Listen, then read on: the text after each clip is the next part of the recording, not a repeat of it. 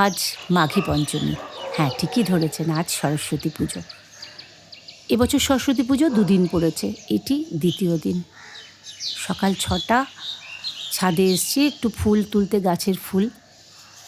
ছোট্ট ছোট্ট ছেলেমেয়েরা দেখুন কখন ঘুম থেকে উঠে স্নান সেরে মায়ের সামনে, আর কুয়াশার চাদর সরিয়ে সূর্যদেব এখনও একটু মুখটা বার করেনি। সে যাই হোক, সবাইকে জানাই সুপ্রভাত। চলুন একটা লাইট দিয়ে আমরা একসাথে বসে গল্প করি। আমাদের প্রত্যেকের জীবনেই সরস্বতী পুজো কিন্তু এক অন্য সংজ্ঞা। খুব ছোটোবেলা সবারই মনে আছে, সবে স্কুলে পড়ি যখন একটু বুঝতে শিখেছি, স্নান সেরে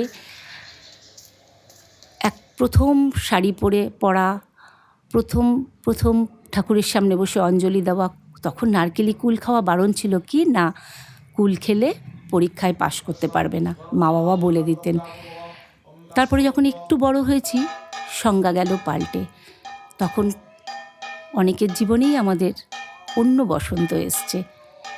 স্কুলে পুজোর নাম করে প্রথম শাড়ি পরে একা সারাদিনের নামে বেরোনো, হয়তো প্রিয়জনের সঙ্গে কাছাকাছি কোথাও ঘুরতে যাওয়া, সে এক অন্য ভালো লাগা। আর এখন বিয়ের পর থেকে নানা অভিজ্ঞতার মধ্য দিয়ে, ওঠাপড়ার মধ্য দিয়ে মায়ের কাছে এখন একটাই চাওয়া, ছেলেমেয়ের উন্নতি, ছেলেমেয়ের ভালো থাকা।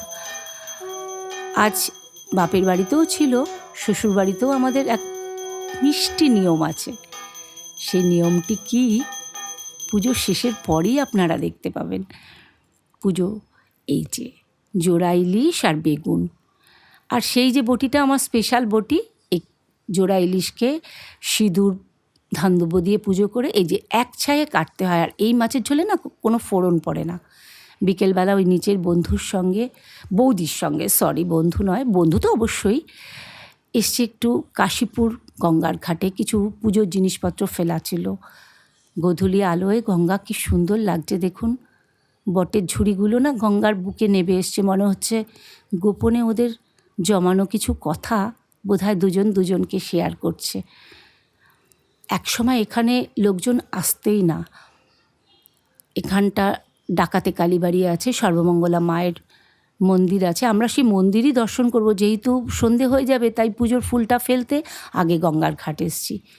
যাচ্ছি মন্দিরের দিকে। এই যে সেই গানসেল ফ্যাক্টরি, এক সময় খুব কি বলবো পপুলার ফ্যাক্টরি ছিল। যেতেই প্রথম আসলাম চিত্তেশ্বরী দুর্গা মায়ের মন্দির। চিতু ডাকাত একসময় এই মাকে প্রতিষ্ঠা করেছিলেন স্বপ্নে পাওয়া কাঠ দেখে। মন্দিরের পুরোহিত বলছিলেন মাকে পুজো করে তবেও নাকি উনি ডাকাতি করতে বেরোতেন। এখানে একসময় কিন্তু নরবলিও হতো। আমি যেহেতু সন্ধ্যের দিকে এসেছি, তাই মন্দিরের গেট বন্ধ, বাইরে থেকেই করলাম। তারপরে চলে এসেছি সর্বমঙ্গলা মায়ের মন্দির। মায়ের মন্দিরের আনাচে কানাচে অনেক ইতিহাস। স্বয়ং রামকৃষ্ণদেব কাশীপুর যখন আসতেন, তখন এই মন্দিরে আসতেন। এখানে মায়ের ফটো তোলা বারণ, তাই মাকে আপনাদের সঙ্গে আমি শেয়ার করতে পারলাম না।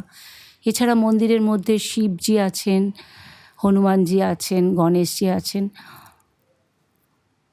যেহেতু রাত্রি হয়ে গেছে, তাই বাইরে থেকেই মন্দির চত্বরটা আপনাদের একটু ঘুরিয়ে দেখালাম।